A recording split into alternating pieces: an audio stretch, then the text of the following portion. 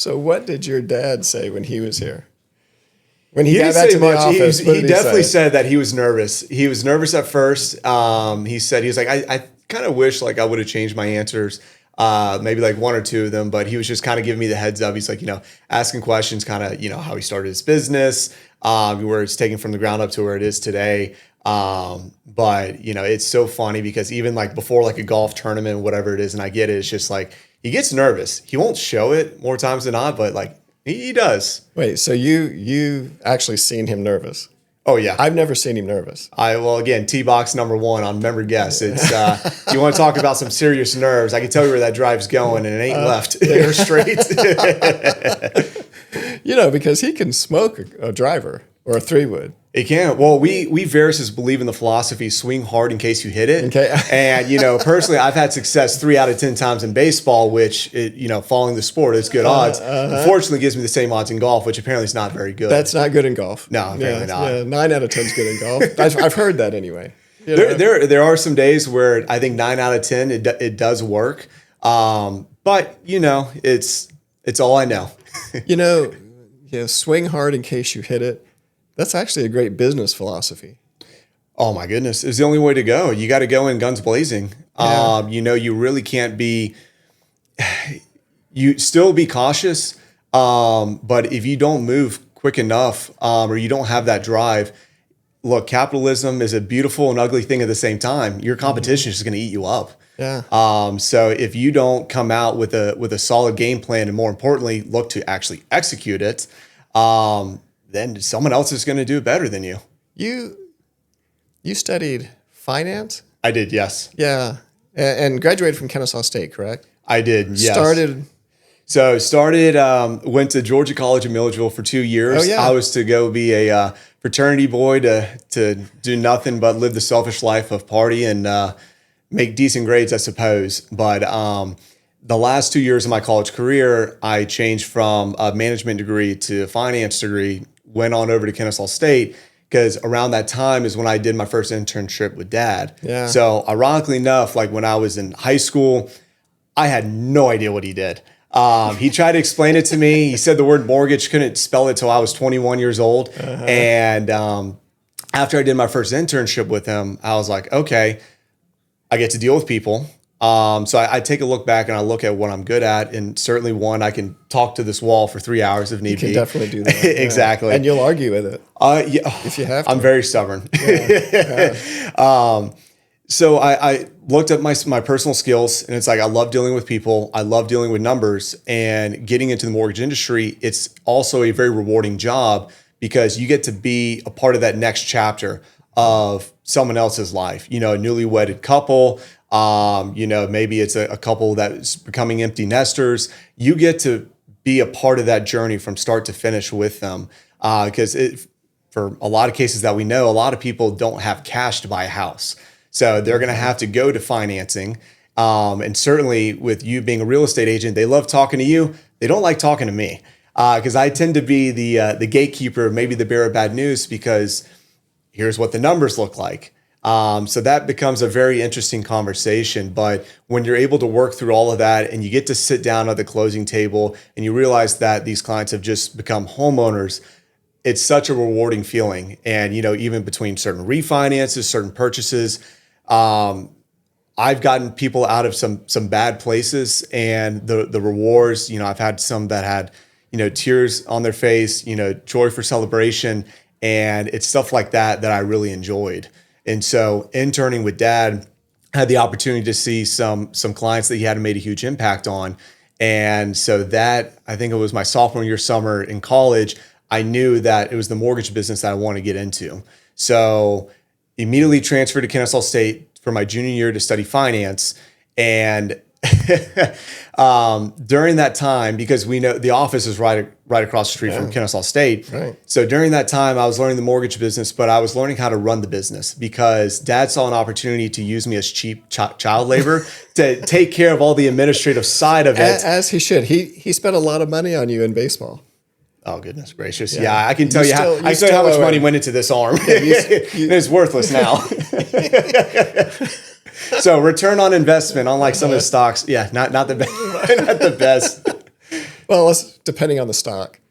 Yeah. Odds are not the best ROI. Yeah. Today we're talking to Aaron Veras, the partner now in Georgia Platinum Mortgage. We found out about that in your dad's episode. So congratulations. Thank you so much. So I got a question for you, kind of about legacy. Your dad and I have talked about this a lot because we played a lot of golf together, and when he's helping me look for my balls in the woods, Yep. then it's we got to bring up something to talk about. But there's a lot of entrepreneurs, and your dad is that. He's built a great business, who turn a business over time over to a son or daughter or family members, and many times those businesses tank. So there's this whole idea of legacy. Yep.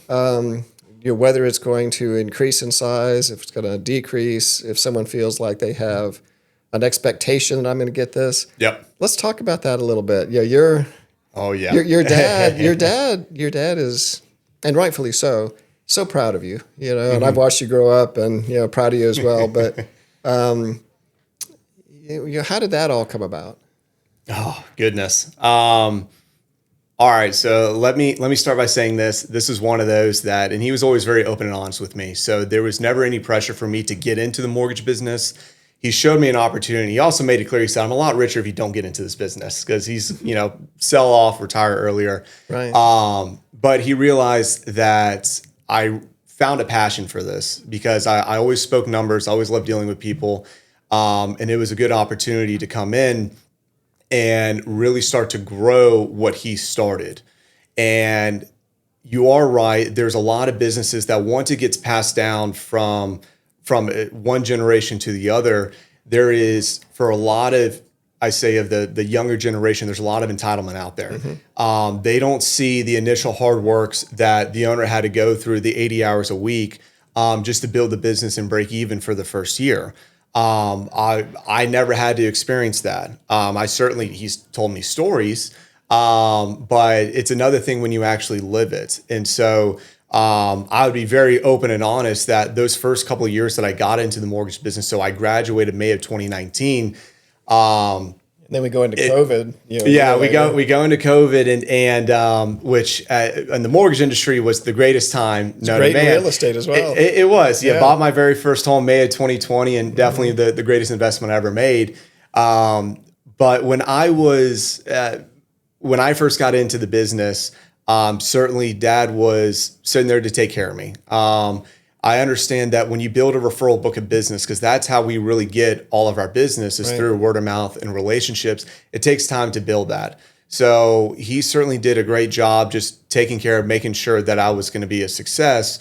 And when COVID happened, I saw an opportunity and said, well, we have all this database, and a refinance is going to save these people $200, $300 a month, break even points of less than a year, which in the mortgage world is a no brainer. Yeah. So I took it upon myself, and I said, hey, because he's busy enough with new purchases. I said, hey, do you mind if I just call your past clients and start to build my book of business that way? Yeah. So I did. So 2020 was great. 2021 was even better.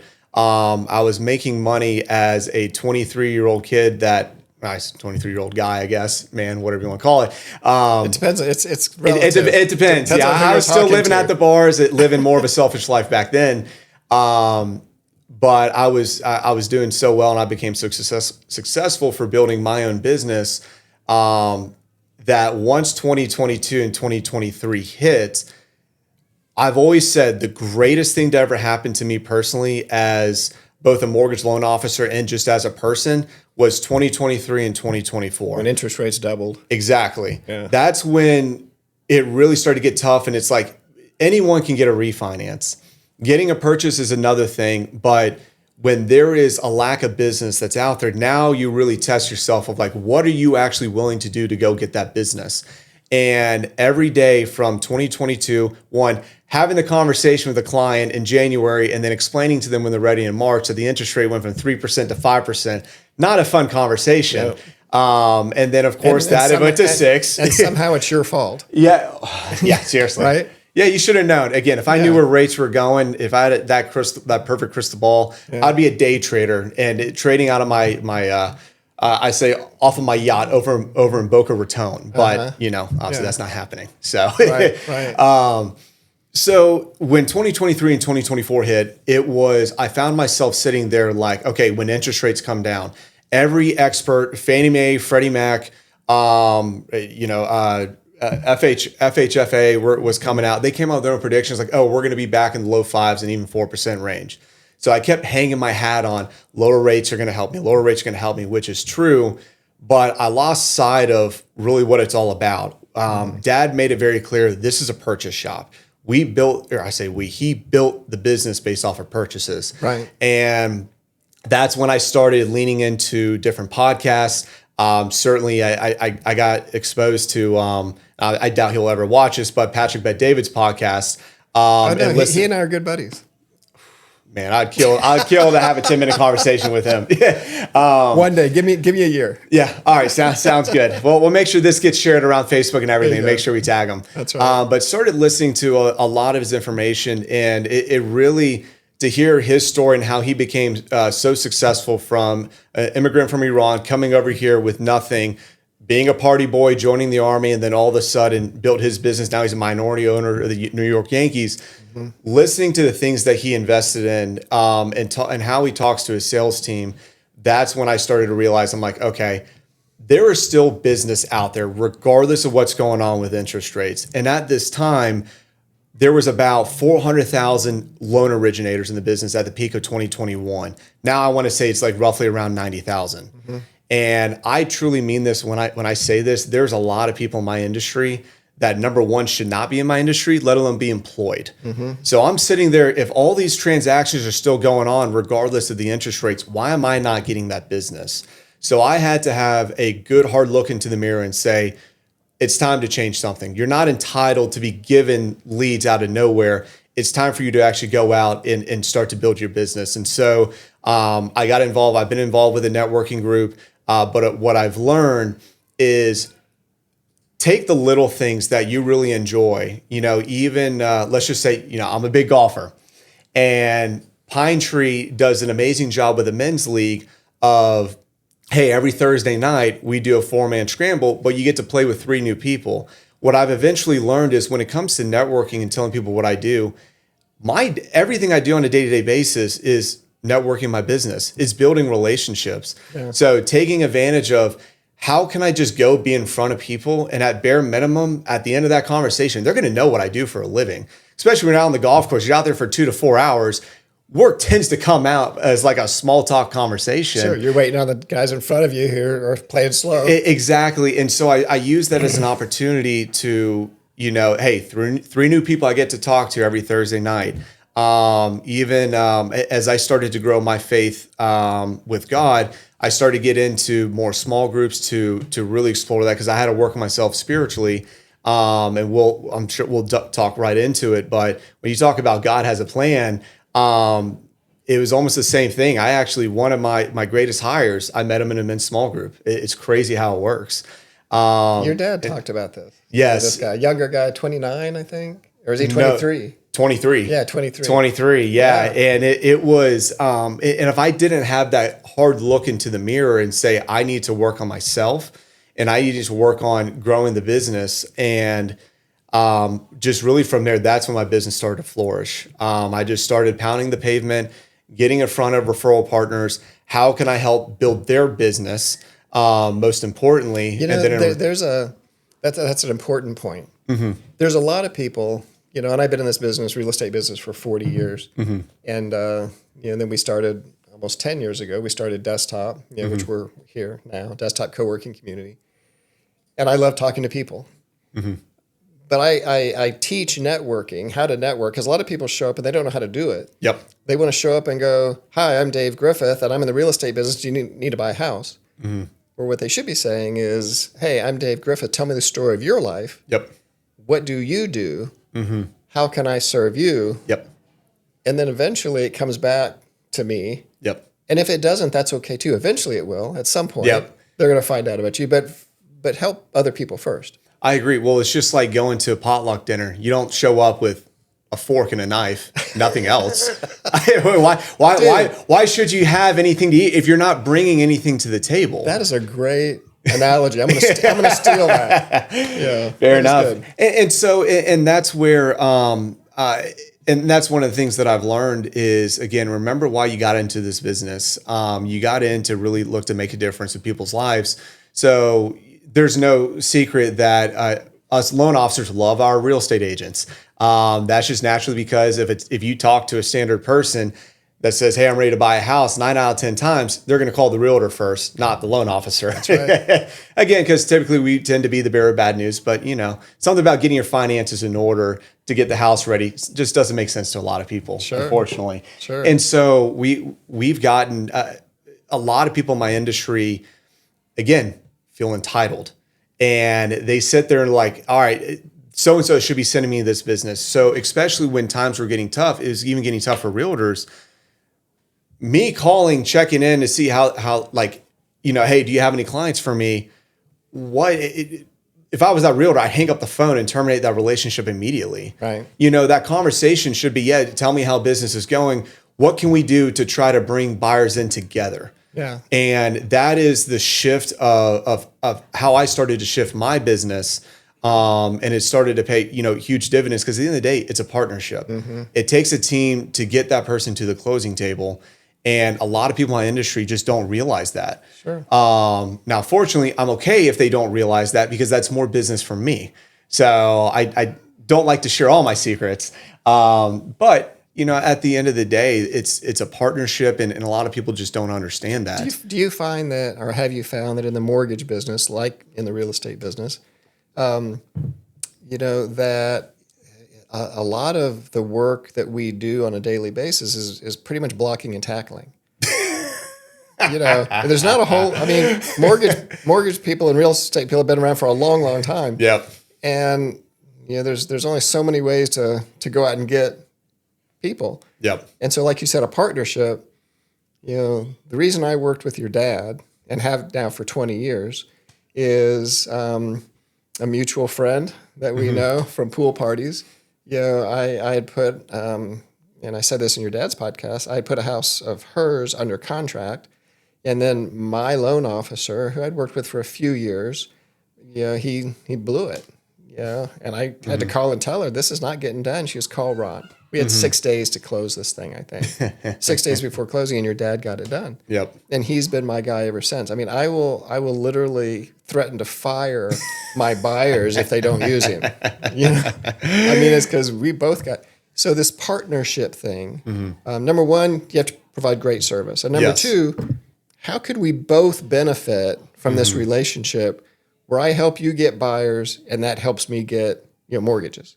Right. And I think so. I mean, we've really addressed about, expanding and bringing in the business, but you are right. It's how to maintain that business. But at the end of the day, do the job well. It's already hard enough to bring clients into the door. But what additional value are you offering that, where you can actually get the job done? Anyone can close a 20% down conventional loan W-2 salary. 30 days. That is no problem. But when you got a wonky self-employed borrower who loves to tell Uncle Sam I'm living on food stamps when we see the bank statements and really not, what are other ways that we can actually get this done? That. Yeah, I bet you do. And so there was a lot of people. So let me back up and let me just kind of talk about, I make this very clear to the other originators in the business regarding my vision for Georgia Platinum, and I made it very clear, is I want to be the number one trusted source for residential mortgage lending here in the state of Georgia. And I do that there's two ways that I measure that, because it's kind of a weird goal, but I measure that by how much in earnest money have we lost. That number should be 0. And I'll make that one very clear. We do not lose earnest money because we do our job and we do due diligence. Mm-hmm. Number two, we also measure by customer satisfaction via Google reviews, Facebook reviews, whatever it is. And when it comes to closing that transaction, one of the things that Dad instilled in me and did an amazing job, it's our job as originators to be proactive. Again, I go back to my comment. There's a lot of people in my industry that should not even be employed to begin with. And the financial impact of sending out a simple pre-qual letter is what almost drives me insane, because I've had people, they might go to like an online lender, type in some information, congratulations, you're pre-qualified. All right, what does that mean? Well, now they find a $500,000 house, they're going to put $5,000 up at risk. And if that lender never did its due diligence and financial contingency expires, well, guess what? That client is at risk of losing that $5,000. And there's a lot of people, especially first-time home buyers, that earnest money is half their down payment. That it's taken them a year and a half to save. And because of an incompetent originator did not do their job, they were lazy. They got some information. That was it. They didn't ask questions, because we got to play an Inspector Gadget. At the end of the day, we have to question everything. And so, are you saying that can cause that rocket to crash? Oh yeah. If they don't do their job. See what I did there? Yeah, I love that, because so I not naming names, but there are times to where I've gotten applications and they're like, yeah, I'm pre-approved with someone else, wink, wink. And all of a sudden within 5 minutes of our conversation, and I'm like, I'm sorry, but you're not sniffing a loan for another year. Yeah. Fannie Mae and Freddie Mac clearly say this. Yeah. Now here's some other solutions, maybe through a cosigner, because it's not just, hey, it's a dead deal now, but what are other ways we can explore? And if we can't, that's not the end of our relationship. It's okay, if it can't happen now, what can we do to get you ready for when that time comes? And my biggest thing, what I've always shared, is that when a pre-qual letter gets offered by Georgia Platinum Mortgage, there's a few things that's happened. Number one, we have a full application. I'm not a fan of online applications. We'll do them if that's what the client really prefers, but I prefer to have a phone call, because I know what to ask. I know that there's more to that overwhelming Fannie Mae application than what really meets the eyes. And especially for a first-time home buyer, they're going to see 9 pages of crazy questions. It can get very overwhelming for people. And that's where I want to be involved as much as possible. Are you, you said that you love going to the closing table, seeing people's joy when they close. But it starts at the application phase. It does. And with what happens behind the scenes. Yep. Because one thing I know your dad is very good at is he wants to kind of have 95%, of the package done in the first week. Yep, 1,000%. I've done hundreds of deals with your dad. Yep. We've never gotten to the closing table or had to extend a closing. Yep. When your dad was involved. It's being proactive. Again, there's so many people in my industry that get lazy. Yeah. And whether it's like, oh, we got a pre-qual letter out and we'll just address underwriting conditions when it's down the road. That's not what Dad instilled into Georgia Platinum Mortgage when he made it very clear. Is it work ethic related? Oh yeah. Yeah. That's why we're very picky who we bring on as well. And there's certain questions that I ask in just a general job interview before I actually bring on another originator, because they got to blend in with our culture, and work ethic is a huge part of that. Again, you're dealing with people's personal financials. And if I can take the extra 45 minutes to tear down this application, make sure there are no issues, and then immediately, this is my favorite one, then immediately send a loan estimate to explain not just general numbers over the phone, but to actually break down the estimate in front of a client. Here's your down payment, here's monthly payment, here's closing costs. Oh, well, closing costs are $12,000. I think you as a buyer want to know what all that $12,000 is. Sure. So and that's where it down. Yeah, and so we actually break it down and go through it, because and I'm sure you've had a couple of clients in the past using other lenders where you finally you spent a few weekends, showed 30-something houses, they finally found the house, they go under contract, and all of a sudden they don't like the numbers. Yeah. Why was that not taken care of in the first place? Before they went into the house. Thank you. Yeah. And that's what really separates us from a lot of lenders, is we're very proactive. I guess brokers, we are a mortgage broker, not a lender, but we're very proactive, because we want to have all the financials. We want to have the discussion, see the breakdown of all the numbers. So when we issue that letter to our referral partners, now one, the clients know exactly what to expect when they're going to get into the house. And number two, because we already have the financials and we're frankly underwriters ourselves, not licensed underwriters, but we know the guidelines. You do the underwriting before you send it Exactly. to the lender so that you know it's going to get approved. If our underwriting conditions is not appraisal, title, and insurance, then we did something wrong. And I get it. There are certain deals there are certain things an underwriter can see that we can't. So there are instances that where weird conditions can come up, but that's our job, is to make this as simple as possible, because how great is it when you say you're clear to close and we're just waiting for 2 weeks to close on the property? We're just sitting and waiting, or guess what? We can move the closing date up early. It's a win for everyone. And so you only do that by being proactive and instilling the values that Dad put into Georgia Platinum. And now that is essentially what I'm bringing and what I'm spreading to the new originators that we bring on into the company. Something that I get the joy of doing sitting on this side of the table, across the desktop, is I get to see the facial expression of the business people I talk to. You don't get to see yourself. There's no mirror here. But the enthusiasm is, to me, always the indicator of success or not, no matter how long you've been doing it. Yep. You are a mirror image of your dad as far as his enthusiasm. If he's 72 and sunny, you're 73 and sunny. There we go. And since you're the son, call you Sonny.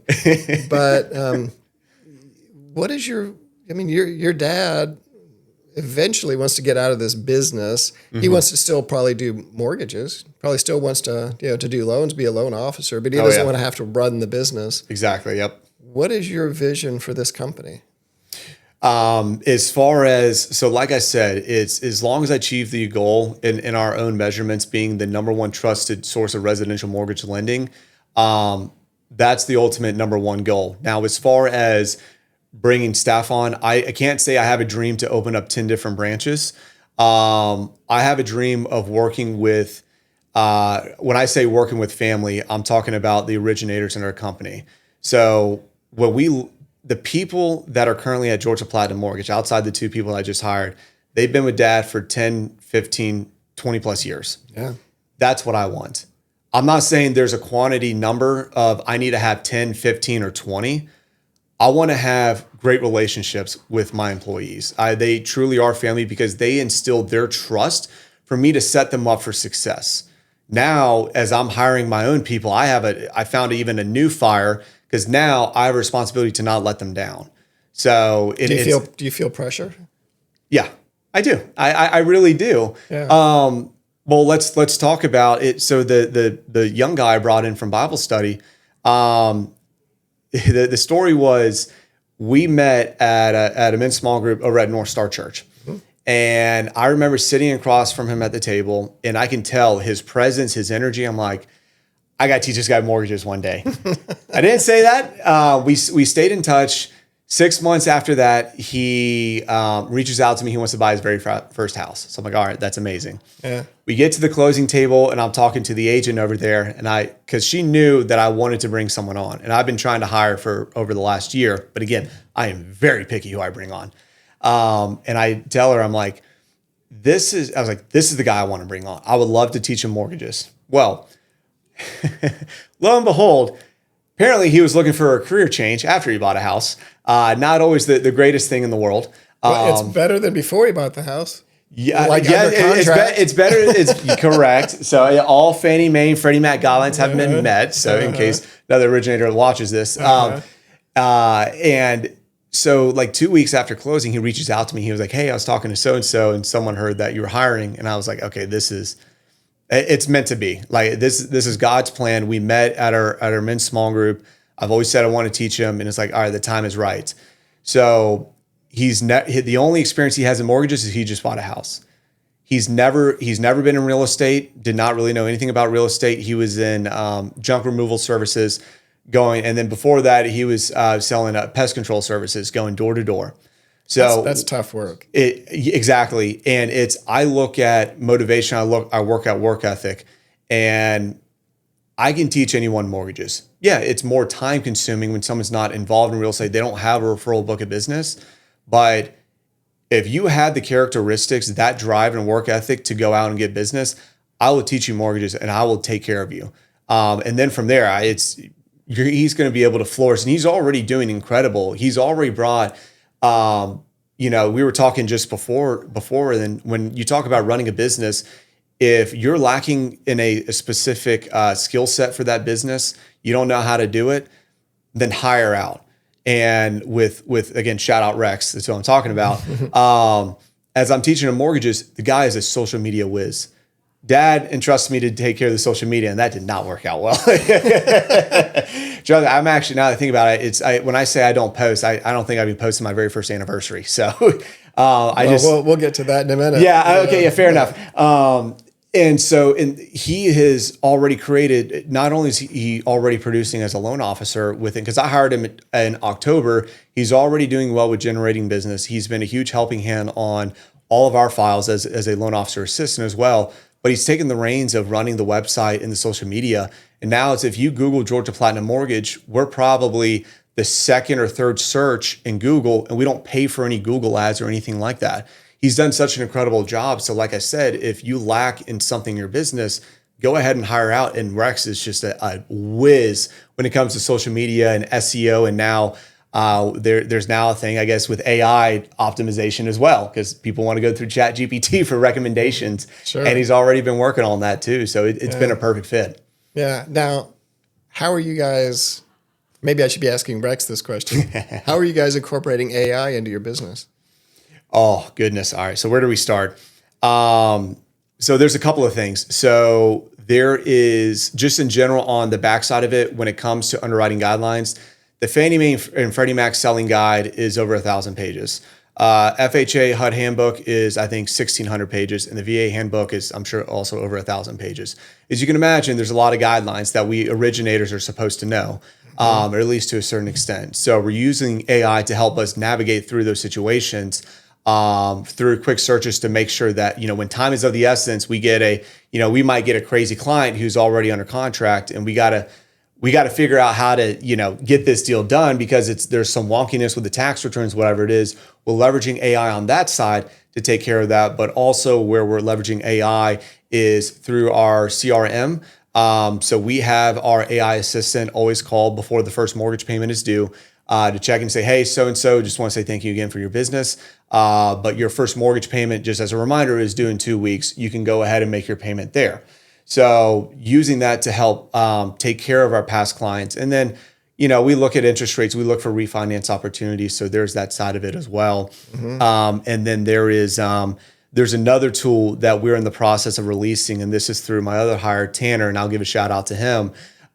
He is the AI whiz, especially in this office. Him and another guy have created a system, and I'll be telling you more about it, that blows away any sort of FMLS search, where the clients can utilize AI to play around with monthly payment. But it comes down to the part of people aren't qualified for a purchase price, they're qualified for monthly payments. So now there's a lot of financing side of it, along with all the FMLS and all the listings of what fits in there. Mm-hmm. And now it's an opportunity to where the client can, here's what we've already talked about the numbers, here's what you qualified for. We got to target a monthly payment no more than this. Now it shows all the houses of, hey, this payment's going to be about $3,500, because it pulls the tax bill. I get an idea for insurance, and also pulls any HOA dues on it, because again, that's all part of the payment. So this is brand new. You don't know anything about this yet. And I guess this is the soft opening to it, but we're still in the process of trying to get that. I gotta start making a rule, because I had a guy on last week that it was coming out with a name for his business, an olive oil business. Okay. Very, very creative. Extra virgin olive oil? Yeah. Okay. Yeah. Perfect. But infused with herbs.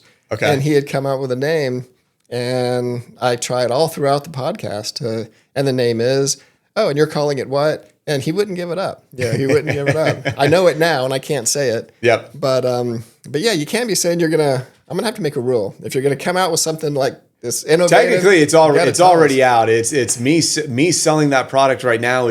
I'm still figuring out the system. Tanner's the one to talk to. He's already using it, and we're starting to pitch it out to our referral partners. That I think might be a fun podcast to have, your guys on and have us go around across the desktop with that. Absolutely. Tell me about what you think. I know we don't have a crystal ball here in the middle. Mm-hmm. We don't have an 8 ball, tell us what's going to go on with mortgage rates, but and we know there's a lot of, a lot of geopolitical stuff going on around the world that affects interest rates. Yep. What do you guys look for?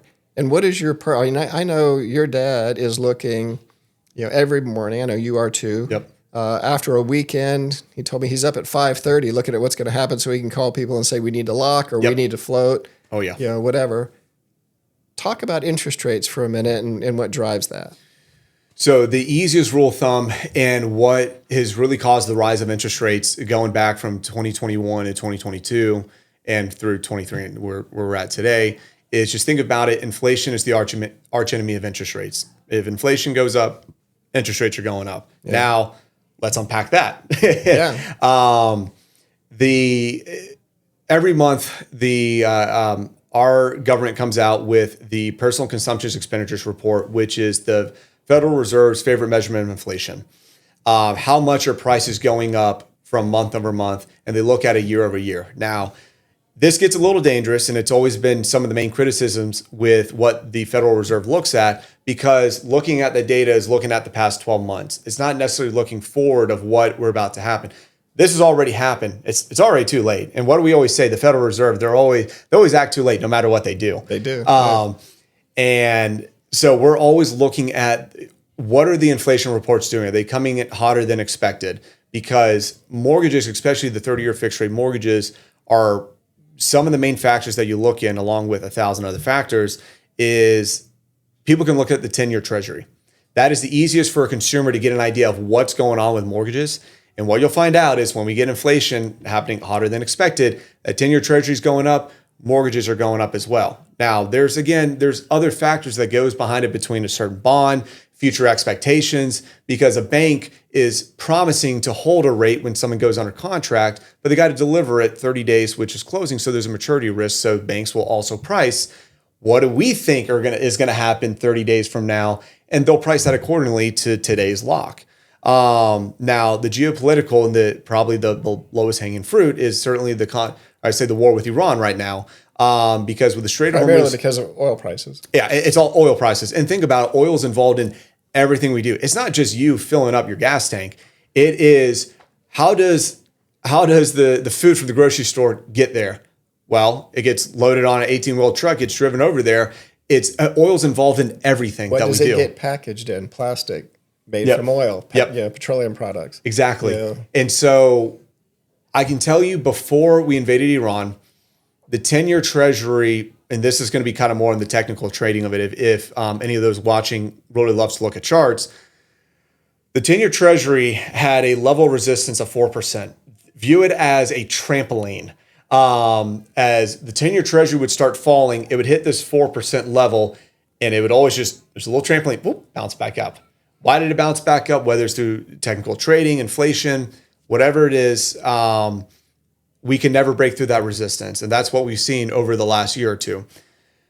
Before we invaded Iran, and I remember it was the Friday before it happened, because I think we invaded them on Saturday. Yeah, February 28th. Yep. The 10-year treasury closed below 4%. And when you say the hallelujahs that were being screamed between every loan originator, because at this time, there was a lot of 30-year fixed rate mortgages we were selling at 5.75 with no points, in some cases even 5.625. Everyone felt like they hit the mother lode, because again, we've sold plenty of 7% rates. And so we're like, oh my gosh, pricing the next Monday, it's going to be such a beautiful thing, because the key is when you close underneath the technical level, that's the key. It's not you breaking it, you have to close underneath it. Well, Saturday we invaded, and immediately 10-year treasury bounced right back up. And now I want to say, I believe it or not, I haven't checked it this morning, but I think yesterday closed on right around 4.46, which is certainly a ways away from that 4% level. And usually there's probably average 2% difference between that level and what we're going to get from an interest rate perspective, right? I would say the average rate that we're probably selling with no points can range anywhere from like 6.3 to 6.6, depending on down payment and credit score.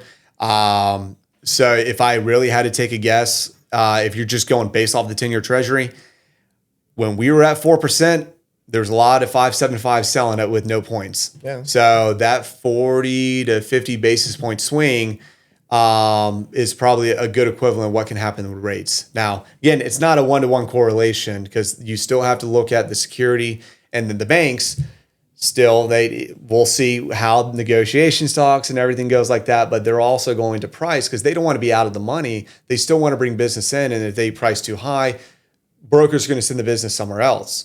So they're going to look at them like, all right, we think our expectations are going to do this. So they might put some sweet spots at like 6.625, 6.375, because they believe if we can get a client there with an attractive price, one, we think negotiations are going to go well. Well, fingers crossed. We're hoping that's what they're thinking. And really from there, they think the client's going to hold on to that rate. So there's some craziness that can happen with mortgage prices. But really only us originators see it on a day-to-day basis when we're looking at the rate sheets. When you get to the end of the day, though, regardless of what interest rates do, there are people out there who are going to buy a house. Yes. I mean, I believe that every single day as a real estate broker, owner of a company, have realtors under us. But I have to encourage them that, guys, people are going to be buying. Yep. You have to go out there and serve them. And then give them options. Yep. Or give them a vision. You were going to do the hallelujah dance when it went below 4 because those people that you had originated over the last couple of years that were in the 6.5%, 7% range or even higher. You'd be able to call and say, "Hey, it's time to refinance." Exactly. And it's going to cost you $500, and you're gonna get a 1.5 off. And it's going to save you $300 a month. Right. Exactly. A lot of those break evens are coming with inside of a year, and that's where again every originator, because again our shop is built on purchases. Refinances are, call it icing on the cake. Yeah. But at the same time, it's a mutual benefit thing. thing. Of serving them. It is because, again, there are some people that might stretch their budget sometimes. They're like, but hey, we really got to have that 4th bedroom because we're expecting another child, and that nursery will not be in the master bedroom. And so, because of that, just like you said, people are still going to buy. There are life changes that, yes, you're still going to have the people that sit out and say, there's the investment side of it of, hey, I have a 2 or 3% rate. And I really wish I could fact check myself, but I'm going to ballpark and say there's probably 15% of people that actually have an interest rate that's lower than like 3.5%. Mine's less than 2. Okay. And that was your fault, by the way. Okay. Do you remember? So we're playing golf. Yep. Your dad and you and Zach and I, and we're standing on I think the 10th tee box at Pine Tree. Okay. And he says, "Yeah, Aaron just locked 1.75 on a 15-year deal. Do you remember that?" Yep. And I said, "Are you kidding me? Lock me." Yep. And he's like, "Saturday, I'll lock you Monday morning." And he calls me Monday morning and says, "Dave, I lost the 1.75. It went up." I said, "What'd it go up to?" He goes, 1.875. I said, "Lock me." Yeah. Yep. Well, and it's so one, you'll never see those rates ever again. No. I can definitely tell you. And two, not going to say it's my biggest regret, but I sold that property. I know you did. Bought the house you're in now. To me, it was a good move because it ended up giving me cash reserves. You made a lot of money. I did. It's you call it hitting the lottery. Look, let's put it this way. When I talk to people about buying a house, it's one thing if they're buying an investment property. That conversation is a teeny bit different. But when I talk to them about buying a primary residency, it's the best time to buy is when you have stability in your life.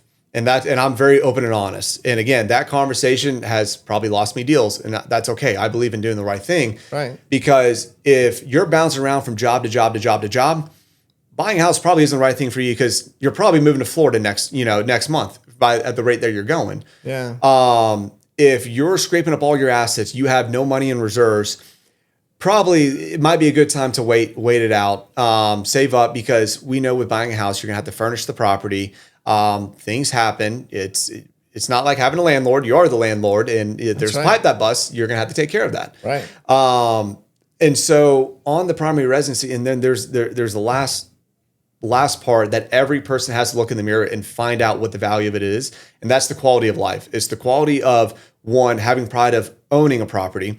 But number two, what is it worth for you to have a fenced-in backyard for your golden retriever? If you're renting out a 2-bedroom apartment. Why did you say golden retriever? Oh, yeah, no, I'm biased. I love my Scrappy. I love my Scrappy. He's a golden retriever. And I love my Georgia, who's my adopted black lab, because she came with Claudia. That was non-negotiable. Yeah. And it's the life changes. It's the quality of life that it's like, okay, hey, we're not at a time to where the mortgage payment is cheaper than rent, because that is by far the easiest sell. It's okay, what can you rent out there? What would it cost to get a mortgage? Now we can have that conversation. It's just measuring the monthly payments is not enough, because if you're renting over here an apartment, but you have a house that has more space, it gives you that third or fourth extra bedroom because your wife is expecting that. Again, you don't want the nursery to be in the living room of the apartment. And people will say, all right, to me, that's worth an extra $400 a month. And now you get into the conversation. And then not only that, all right, let's talk about the financial side of it. And whenever you're buying a house, you're buying historically known as an appreciating asset. It's like investing in the S&P 500. Historically, S&P's done pretty well. Every 10 years it's up. After taking finance, they make it very clear of, if you just want to be safe, conservative, and make good money, you can put your money into the S&P 500 index, find an ETF for it, and let that money grow. Same thing with the house. But now with a house, you're leveraged, because that appreciating asset that's worth $400,000, this is not you taking, all right, I'd rather take my 20 grand for a down payment and put it in the market over here. Okay, that's one thing. Let's just say you're making 10% on that. But if you buy a $400,000 property, and let's just use a conservative historic appreciation, especially in Metro Atlanta, 3%, that's 3% on $400,000. You're leveraged. And so because of that, it's not 3% on the 20,000 you put down. Yeah, exactly. It's on the 400, right? 10% on the 20,000 you put down. Congratulations, you just made $2,000. That 3% on 400,000, congratulations, your house was now worth 412. You just made 12 grand when you're ready to sell it. And again, obviously you have to sell. But on top of that, when it's been your primary residency for the last 2 or 5 years and you stay within the capital gains limit, I think was it filing signal? This might be the old rule. I thought they updated it. But if you make a profit less than $250,000, no capital gains. If you're married, $500,000. That's right. Which, by the way, that's profit, not necessarily equity that you have in the house. But if you bought it for $300,000, you sell it for $400,000. Guess what? That $100,000, you ain't paying Uncle Sam. That's right. Unlike if you put it in the market. So I'm not saying. Well, I'd like you sold your house. Yep. You made a nice gain on it. I did. But you didn't have to use all of that money on your next house. Correct. So I split it up. I looked at my own financial picture and I said, okay, I want to take half of this. I just want to apply it just for the sake of my own mentality. And I want to apply it here. Now, the financial person said to me, would have said, do the minimum down payment and put the rest of it in the market. But I did half and half. So I put half into the house to get a payment that I was comfortable with. And this was back in August of 2022. So I knew where the mortgage industry was going. So cash reserves were more important to me. So I put the other half into the market to earn additional interest on where I can. And God forbid, if I was getting into a time to where I'm not closing enough deals, then I could pull from that safety net if I really have to. And there was only a couple of times where I had to do that. But like I said, once I had the hard look in my mirror and said it's time to change something, and after that, my business, blew up. There's a philosophy. You're in the mortgage business. What do you tell people about prepaying their mortgage versus taking that additional principal amount and putting it into a savings account that you don't touch? Yep. So that it is liquid. What is your philosophy there? So it really depends. So it depends who I'm dealing with. There's a lot of people who, when you're talking about the interest itself that you're paying, again, it's right now mortgage rates are roughly around the mid-6s. There's a lot of people who don't like debt. And I understand that. If you ever look at an amortization schedule buying a house, it's not the prettiest sight in the world by any means. You see it at the closing table, and you might not buy the house if you saw it 2 weeks earlier. Yeah, and that's where we have that conversation, because Fannie and Freddie, they make it very clear you can go ahead and apply whatever you want to principal without any payments. So we can run through those exercises. Hey, if you want to add $200 a month, you're going to move up that mortgage term. You're going to pay it off now in 25 years. Let's just say, for an example, and on amortization schedules, all the interest is collected up front. So it really depends. To me, it depends on the personality. It does. Or the character of the buyer. Because if they have no self-control and they're going to take that $200 and put it into a savings account every month. Yep. And they're, after 5 years, they've got, 10, 15 grand in there. Yep. And then they go, hey, let's go buy a boat. Well, yeah, it's better to prepay your mortgage. But if you're very disciplined, to me, it's better to put it away, because what if you do lose your job and you don't have income coming in? Well, now you've got 15 grand that you can pay your mortgage with. Right. You're correct. You can't borrow it from your equity because you don't have a job. Right. And you're exactly right. Because if you try to pull any equity on the house, if you're not selling it, it's all right, well, the bank's going to give you a line. What's your ability to repay back the loan? Yeah, if you don't have a job, that's a problem. Right. Because, well, how are you going to pay back the loan? Well, and so, yeah, it really depends on it. I get it. If mortgage interest rates were like 10%, I would say, yeah, do whatever you can to take care of that interest up front. But I'll tell you the one philosophy that I do have. And again, it depends on the client. And I'll always bring it up because, like you said, there's a lot of people who aren't really disciplined that might have budgeting problems, is regarding the escrow account for taxes and insurance.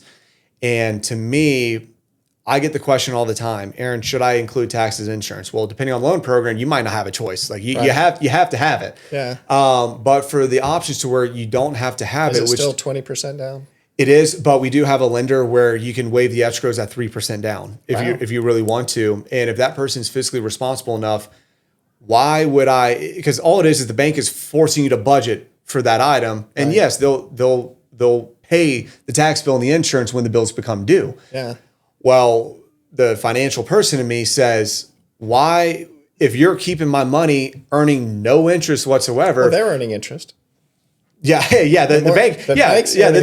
banks are, and on your money. Exactly. So I might as well, let's just take it to an American Express savings account that just, again, if you're disciplined enough, just don't touch it. You'll remember to pay that tax bill and that insurance once a year. And then congratulations, because you did that, you earned a few $100. Go take your wife out to a nice steak dinner at the end of the year. Yeah. And I tell you, the bank's not taking you out to a steak dinner. No. And so that's really more my philosophy. But as far as amortization schedules, adding additional principal, there are people who do not like debt, can't stand debt, and I don't blame them. But at the same time, you look at the millionaires, the billionaires, everyone uses leverage. And you might as well take whatever money that you can, use other people's money, and then use that to grow your own interest. Yeah. Well, we talked about, if you're making $12,000 a year on that $400,000 home, average 3%. It's been averaging a little higher than that. We're not 2020 levels where we saw 15, 20% a year. Yep. We're not there. But at some point you can leverage that, go get a HELOC, and and either add on to your house, renovate your house, or buy an investment property. Use that money to buy investment property. So the home, let's call it the house. The house can either be a home or a house. But primarily, it's an investment vehicle that you can use to better your life if you think of it that way. And most people don't. They almost think of it like they're renting their own place. Right. It's one of those where when you look, there are so many instances to where people, they haven't been able to really save up a lot of money throughout their life, but all of a sudden, they have $300,000, $400,000 worth of equity that's just sitting in the property. So you're sitting there for a lot of families that's out there, buying a home was the start of generational wealth. Right. And you got to have a place to live. And it's not like a lot of people don't have the options to go live rent free somewhere else. And I get it. Maybe this changes the discussion if that's the case, because you always want to look at opportunity cost. But because of buying a home in the tax codes that we have with owning a property, it really is the start of building that generational wealth. And because again, more times than not, you're going to have somewhere to rent. So you might as well try to earn some sort of money while you got a place to live. Well, and most people haven't even given them that vision. No. I sometimes, Jackie and I, we joke, we're like the worst, real estate professionals ever, because when someone comes to us and says, yeah, we want to sell our house and buy another house. Yep. The first question we ask them is, why do you want to sell? Is it possible for you to keep this house, rent it, and still go buy the next house? Yep. And now you got two houses. You got one that the renter is paying your mortgage for you. Yep. And then you have your single family residence that's your Exactly. primary residence. And we talk ourselves out of a lot of deals, but it's because it's the best thing for the client. And they might go, no way, no how, I don't want to be a landlord. Exactly. Like, okay, let's sell it. And it's not meant for everyone, and you're spot on. Because I literally, even being in my profession that I am, I said the same thing. I was like, I don't want to be a landlord. Yeah. Trust me, every investor out there who's watching this thinks I'm the biggest moron by selling my house at 1.75% interest. And I understand that. I did not want to be a landlord. And I made that one very clear. I'm like, I'm gonna look at other opportunities to make money where I can. Yeah. But you are exactly right. And the other advantage of it is, again, there is a difference in the interest rate when you're buying a primary residency and buying an investment property. They're usually about a 1% difference. So for the person who bought that primary, again, maybe let's just call it a starter home, and they live in it for 3 or 4 years, and they're like, all right, it's time to go from a 3-bed to a 4-bed house. Well, when they originally locked in that interest rate, it was based off of primary. They got an interest rate 1% cheaper than what they would have gotten if this was an investment property. Same conversation. Now they want to buy a new primary, and that new primary makes sense. Well, you look at opportunity costs, because now you're buying a new primary, you're going to get 1% cheaper than what if you're buying an investment property. And this one's still at the 1%. 1% cheaper. Right. Exactly. And so you see a lot of people have done that as well. It's, we'll start again, and this is my number one disclaimer is I encourage people that the right time to buy a house is when you have stability in your life. And I truly do mean that. Yeah. But yeah, when it comes to the investment side of it, a lot of people do that too. They buy a property for 2 or 3 years, they move, buy another one, they keep upsizing. And then next, let's just fast forward 20, 30 years from now, they've had historically appreciating assets that they have not only the cash flow coming in to try to help cover what those mortgage payments are. 4 or 5 properties. Exactly. Yeah. And now they have access to all that equity. Because again, you are leveraged. And you bought that house for $300,000, and you bought this one for $400,000. That appreciation you're earning is based off what you acquired that property for, and it's just being leveraged. And it's quickest way for generational wealth. I really believe that. I'm gonna switch gears here a little bit. How's Claudia? She's doing well. we're enjoying the married life. It's definitely as business has really picked up. We're both entrepreneurs, as you know. Yeah. Claudia, she started she's more talented than you. Oh, very much so. More talented, better looking. It's one of those. I definitely outkicks my coverage. But there's no doubt in question. I married my soulmate. Not a lot of people can say that, and I'm very blessed that I can say that. And so it's been good. We got married May 17th, 2025. I just celebrated our 1-year anniversary. And now we really spend our days just really enjoying our time. Like I said, we're both business owners. So she's working on her wedding videography business, which she built from the ground up. She had a mentor kind of show her, when she got into wedding videography in college, she's taken it from nothing to grow to where it is now. Now she's considered a high-end luxury wedding videographer and has already been mentioned on People's Magazine, has been mentioned on Good Morning America for some of her films that have blown up. Dang. And I'm incredibly proud of her for all of her success there. And so I'm trying to teach her the art of referral language, because there's a weird correlation. When people get married, they tend to want to buy a house at some point. But exactly. She's too shy to tell people about me. I don't know what it is. You just need to go be her assistant. You'll tell people about it. I can't make this up. I had just moved up. I am the 6th-string second shooter for her business. 6th string. Yeah. You're on the roster. I am on the depth chart. And it is so funny because I did help film an elopement with her. And she brought another second shooter because, I get it. Again, it's me, cameras, all that. That's a whole nother. That's all Chinese language to me. So it was fun because it was so funny because those 2 days before we were prepping, and I swear it was like going through boot camp for photography or videography. She's like, we'll go in the backyard, and she'll be like, all right, press this button, press this, and make sure you capture it here. Rule of thirds and all that. I'm like, I would record her doing whatever, and she would look at it, and she was like, "You're not doing this, not doing this." I didn't realize the camera was on, and she's like, "Yeah, I'm going to bring someone else for this, but I still want you to be a part of it because her true dream was for me to be her second shooter. So number one, she hadn't to pay anyone else, but at the same time, it's." As we look to start our family and hope God blesses us with children one day, it's kind of a perfect setup because she's got to go film a wedding on the weekends. And usually it's the weekends, not saying it's usually my time off, but I'm usually not in the office on the weekend. Right. So that we have a bit of a good strategy there, but we enjoy life. We get to spend time. We have a lot of friends and family that still live within 5 miles from us. So when we can go out and about, we certainly do. And other than that, it's work. Enjoy our time and do it while we have the time. Yeah, well, she's a sweetheart. You did outkick your coverage, as did I. Today's my 10th wedding anniversary. Oh, congratulations. So, yeah. What is it? They say for every anniversary, you have to, there's like a whole saying. It's the first anniversary, it's like paper. The second one is diamond. I don't know. I don't know either. And to me, you treat her with diamonds every day. Yeah. And then you don't have to worry about what the different milestones are. I'm so glad you brought that up. So Claudia knows I love to play golf, and we struggle with. I try to tell her there's business golf rounds and there's personal golf rounds. Regardless, golf rounds still take a long time, 4.5 to 6 hours, and we've had that conversation. She's got on to me a few times playing too much golf. Well, I can't make this up. So the Hope Box charity tournament that you're involved with, at this one of the starts of our relationship, I certainly was playing more than my fair share of golf. And I go play in the Hope Box golf tournament. All of a sudden, win a raffle, and the raffle was diamond earrings. I come back. That was at Brookstone. Yes, you got yeah. I come back. Yeah. Claudia, she's not thrilled at me because I had to go golf on a Monday or whatever it is. And I come back with diamond earrings. She's like, "Okay, yeah, you can go play golf whenever you want."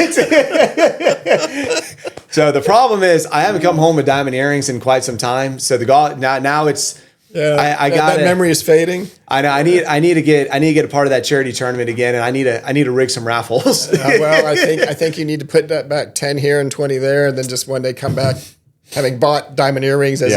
No, don't lie to her. No, that's not a good strategy. No, I just got to make sure I get I got to get like the fake ones. There's some of those you can get from a distance. You can get fooled. In that same golf tournament. For the Hope Box, your dad came out of there with like a $2,000 bottle of bourbon. Oh yeah.